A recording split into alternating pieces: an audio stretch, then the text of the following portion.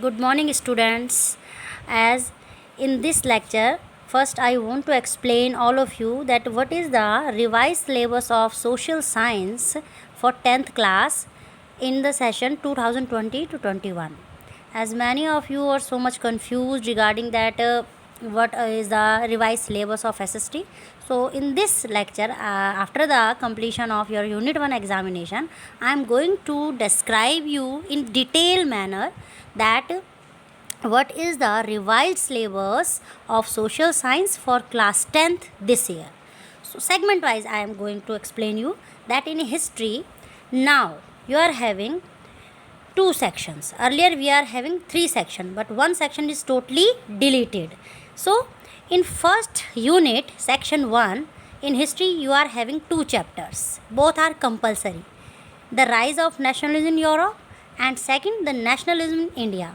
And my dear student, we all have completed these two chapters already in history. In unit 1 we have completed our syllabus in history this year. Now in section 2 in history, any one theme of the following will be selected only for periodic test, means unit test, and this theme will not be assessed in board exam. It means in section 2 there are two chapters. Between one should be selected for us, that there are choice. There is choice between these two chapters in section 2 in history. And these chapters are the making of global world, or we have to select the age of industrialization. Here we are having choices.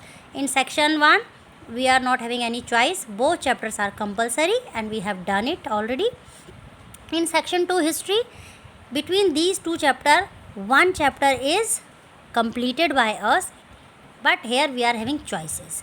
Second, that it will not evaluated in board exam. It means when we complete any one chapter between both of them, this chapter will not come in your board examination. Only the content and the question answer will come from any of between the two chapters in your unit examination. It means unit second, because unit 1 we have completed. So in unit second examination, between these two chapter any one will come and it will not come in your board examination. So here the syllabus is reduced and section 3 though totally deleted from history this year. So now you are having 1, 2 and 3, only 3 chapters of history for class 10th this year. Second thing, that in unit 2, as unit 1 is completed, so in unit 2 we have to select whatever we will choose. It is up to us that what chapter we will choose between both of them. So here it is clear that in history you are having 3 chapters in a total manner. The rise of nationalism in Europe, second nationalism in India, or the third between both of them. It is all about history. Now second, geography. In geography, lesson first, resources and development is compulsory and we have completed it. Why I haven't given this chapter in your unit 1? As so many students asked me that ma'am, we have not completed the notes or the content, because this chapter was completed when we started the online classes so earlier video I have explained these chapters, and now so many students were not having the content or they haven't seen the video earlier. That's why I haven't select this chapter for your unit 1 examination. But in geography lesson 1, resources and development is compulsory chapter. We have to complete it in a complete manner and it will evaluate in your board examination. Second chapter in geography, water resources. Water resources now in revised syllabus, water resources only for map points, theory part deleted completely in board exam. It means from water resources only map point will come in your board exam and no theory portion will come in your unit as well as in your board examination. So water resources, no need to go in a theoretical manner. Now you only learned by heart the map points from this water resources chapter. So you can say water resources only for map point now. Lesson 3, agriculture. Agriculture, we have to complete this chapter as the theoretical portion should be completed and it will evaluated in our board exam also. Now lesson 4 in geography, minerals. Now the syllabus is reduced, theoretical part is completely reduced, only map point we have to learn beta for board examination, but no theory part we will read or explain or make notes from minerals chapter. Theory part deleted completely from minerals. So water resources and minerals, both chapters only we will prepare for map points for our board examination. Now lesson 5 in geography, manufacturing industry. This chapter is complete manner we have to study. And lesson 6, lifelines of national economy. So this is also completed in a theoretical manner. So if we talk about, if we reduce these two chapters which are only important for map points, then in a theoretical manner we are having lesson 1 resources and development, lesson agriculture, lesson 5 manufacturing industry, and lesson 4 lifelines of national economy. So these 1 2 3 4 chapters we have to prepare completely for theory portion also and map points also, while water resources and minerals we have to prepare only map points for board examination. So earlier these chapter were also completed in a theoretical manner also. So in this manner, in revised syllabus for class 10th, water resources and minerals were reduced theoretically, but only map points will come in your examination. I have given the PDF also in a class WhatsApp group, so that you will be very much aware about the revised syllabus of social science this year. But I thought that it should be explained to each and every student, so that's why I am also making clearing this revised syllabus of SST in video manner. Now the third segment of our SST is political science. It is also known as civics. So in civics, all chapters are compulsory. All chapters should be completed in a theoretical manner. Power sharing, lesson number 1. Second is federalism, we are continuing federalism. And lesson 3, political parties. And lesson 4, outcomes of democracy. In here also 2 chapters are completely deleted, and they were challenges to democracy, and one more chapter also deleted completely from this year in your SST syllabus. Now last, economics. In economics also you are having 4 chapters which you have to need completely study. First is development, lesson 2 sectors of the Indian economy, lesson 3 money and credit, and lesson 4 globalization and the Indian economy. So it is all about the revised syllabus of your SST for the class 10th this year beta. Once again I am reminding you that in history you are having 3 chapters. In geography you are having 4 chapters which you have to completely study, and for map points you are having 2 chapters. One is water resources, second is minerals. Only map point you have to study them. Now political science, in total manner you are having 4 chapter: power sharing, federalism, political parties, outcomes of democracy. And economics also you are having total 4 chapter. One is development, sectors of Indian economy, third money and credit, and lesson 4 globalization and the Indian economy. So much of syllabus this year reduced by CBSE. Now so you are having enough time, and you can say you should be having the books, NCERT books, because it is compulsory. Up till now though you have managed, I think you have all managed your NCERT books, because we will complete every chapter's NCERT question at any cost, because it is necessary.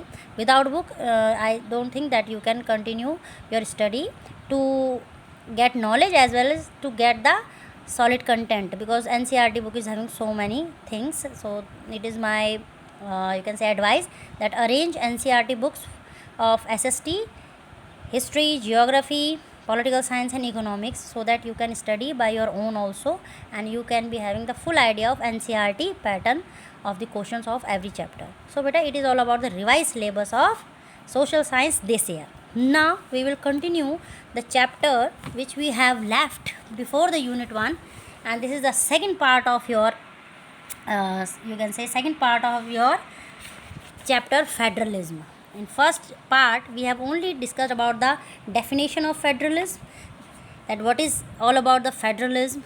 Then we have discussed that what are the key features, of the federalism. We have discussed it, and now I am continuing in the part second, that what is all about the federalism and its key feature. That when we talk about that, in federalism, mainly the government divided into two parts. One is state government or central government, and second is state government.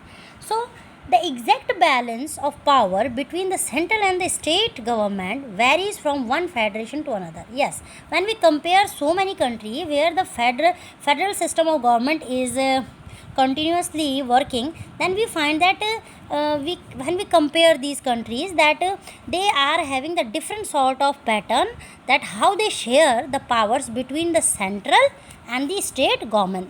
They are having different types of foundation, as well as they are having the different sort of freedom. Now this balance is depend mainly on the historical context in which the federation was formed, and why they are varies in sharing of their power between state and center, as they belong to a different sort of their historical background. There are two kinds of routes through which federation have been formed. When we talk about that how the federation has formed, then there are mainly two types of routes.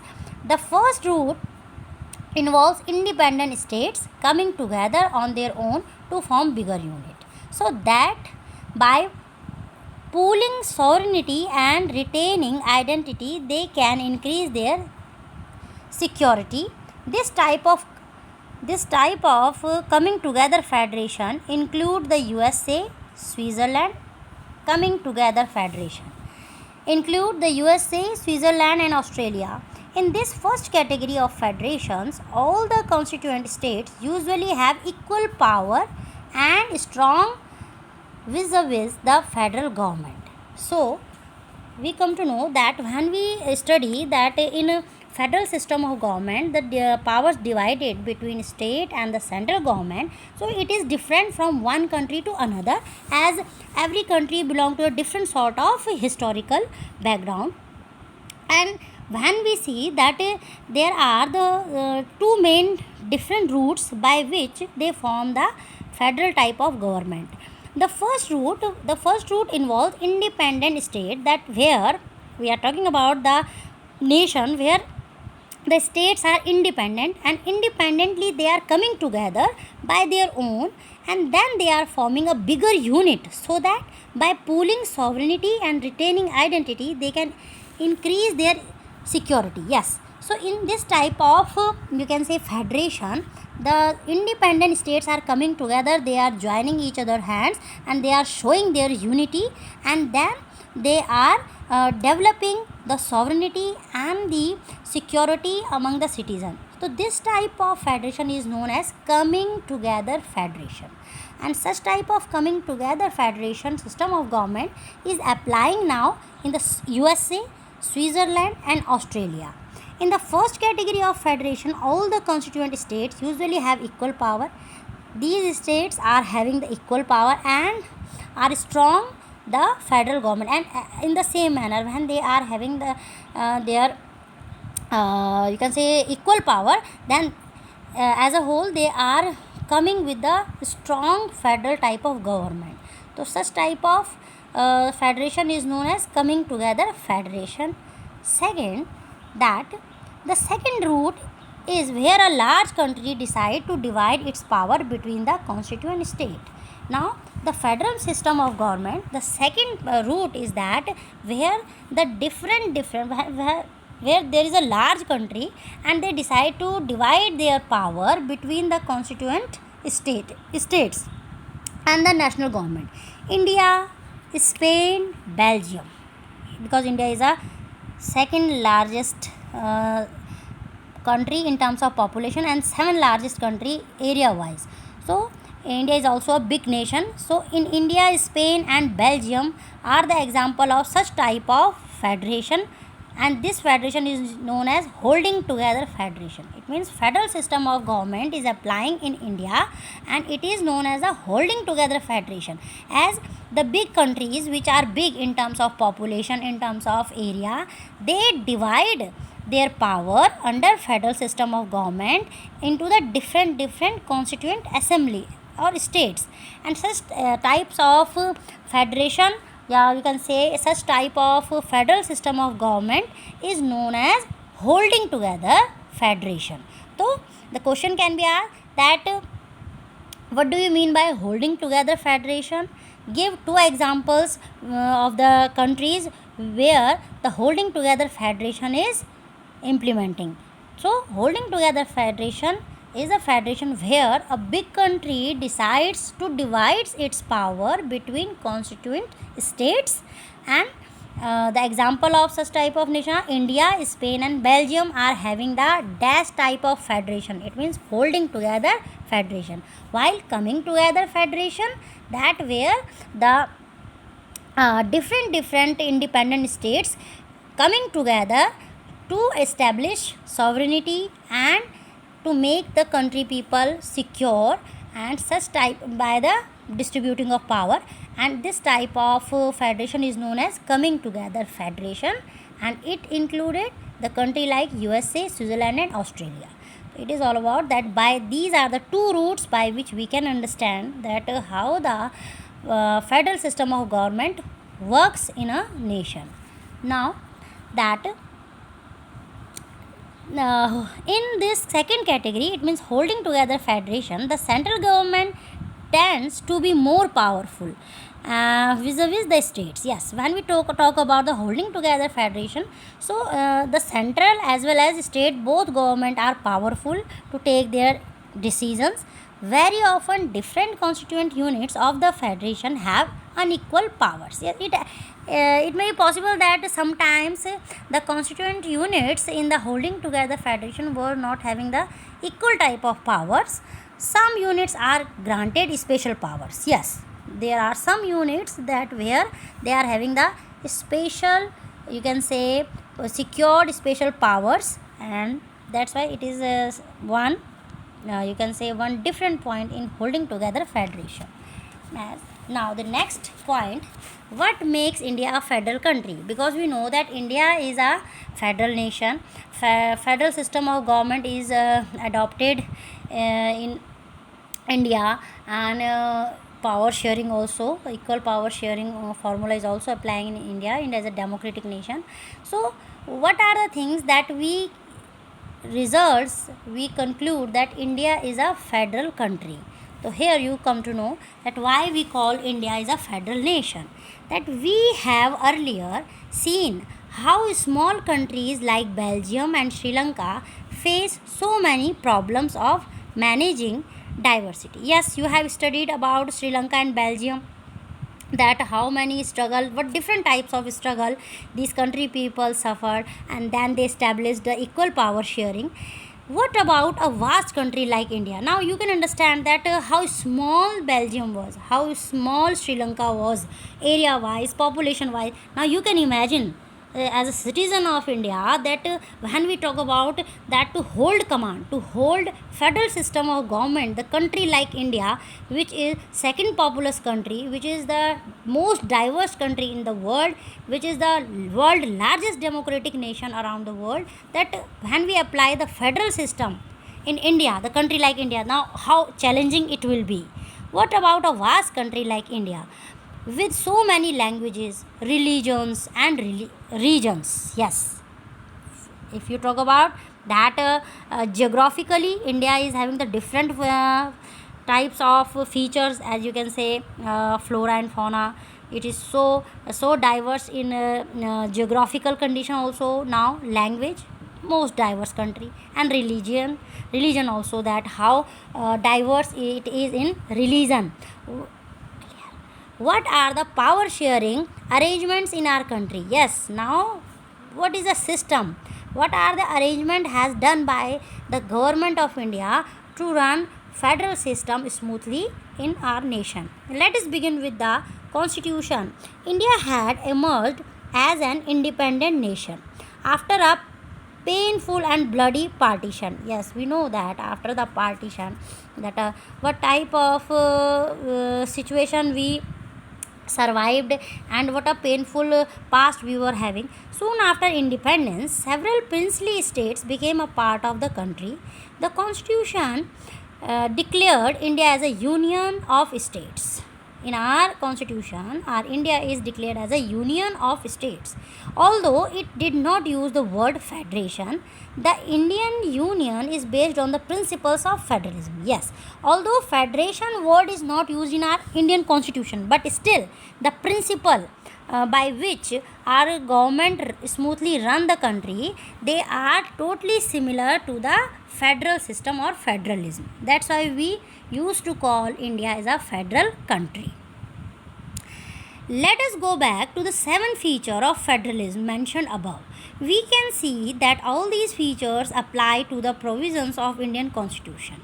Yes, whatever feature we have discussed earlier video beta, the 7 key feature, they already having the position of provision in Indian Constitution. The Constitution originally provided for a two-tier system of government, and the one key point of the federation type of government is that it is having a two-tier system of government, the union government or what we call the central government. So it is also already written, although particularly federation or federal system of government, this word is not in our Indian constitution, but the theory or the, you can say, principle is the same, that in our Indian constitution also it has written that there will be the separation of powers between state and the central government, representing the union of India and the state government. One will be the union of India and the state of government. Later, a third tier of federalism was added in the form of panchayats and municipalities. So after that there is a need of the third, you can say, third tier of the government, and it is known as the panchayat or the municipalities. As in any federation, these different tiers enjoy separate jurisdiction. The Constitution clearly provided a threefold distribution of legislative powers between the union government and the state government. Thus it contains 3 lists. That's why that even the Constitution of India clearly provided 3 types of threefold of distribution of power and between the union government and the state government. That's why you will be having the 3 list of where you come to know that how the power is distributed according to these 3 lists in a federal country like India. First is union list. The question can be asked, what do you understand by union list? So union list is, this list includes subjects of the national importance such as defense of the country, foreign affairs, banking, communication and currency. So union list included the subject which are important for the national, which is having the importance of for the national level, and it included defense of the country, foreign affairs, banking, communication and currency. They are included in this list because we need a uniform policy. We need a uniform policy on these matters throughout the country. That what is the reason that banking, communication, currency, foreign affairs and the defense is included under union list, because these are you can say these are the area which should be having the equal law and regulation for the entire country people. That's why these subjects are included in union list. The union government alone can make laws. Important. The union government alone can make laws relating to the subjects mentioned in the union list. Important. That whatever subject or the area I have instructed, they are come under union list. Union government is having the power to take any decision, to make any law for the all these affairs. It means if there is a case of defense of the country, union government is free to take any decision, as it is for the security of the people. Any foreign affair, banking sector, communication, currency, all the decision alone can be taken by the union government. So these are the subject or the area which is included in the union list, and union government can take alone decision as far as these area are concerned. Now the second list is state list. A state list contains subject of state and local importance, as the name is reflecting. It is limited to the state wise, and state government, here the state government can take the decision which are important for the local people or the local area or the state itself, such as police, trade, commerce, agriculture, and irrigation. These are the you can say subject which is important for the state list. The state governments alone can make laws relating to the subjects mentioned in the state list. Now state government alone can make any laws which are related to the police, trade and commerce and agriculture or irrigation, as these are the you can say area which is related to their particular state. So here the state government is free to take any decision or to come up with any measure to maintain these areas, or just such as the irrigation, agriculture and trade or commerce. So here the state government is independent body to take any decision for these subjects. Now the third list is concurrent list. In our Indian constitution, when we talk about the sharing of power, we are having the three list. With the help of three list, it is decided, or it is you can say one point to divide the power on the basis of union government, state government, and third is concurrent list. What are the subject which come under concurrent list? That under concurrent list include subjects of common interest to both the union government as well as the state government, such as education, forest, trade unions, marriage, adoption and succession. Both the union as well as the state government can make laws on the subject mentioned in this list. If their laws conflict with each other, the law made by the union government will prevail. Important that when we talk about that what is concurrent list, what are the subject which are included under concurrent list. So under concurrent list you will be having the subject which are having the common interest, which are commonly having the interest of both list, like the union as well as the state government, such as education. So you know that education is a subject which is important for the union government also as well as the state government also. Forest, trade unions, marriage, adoption and succession.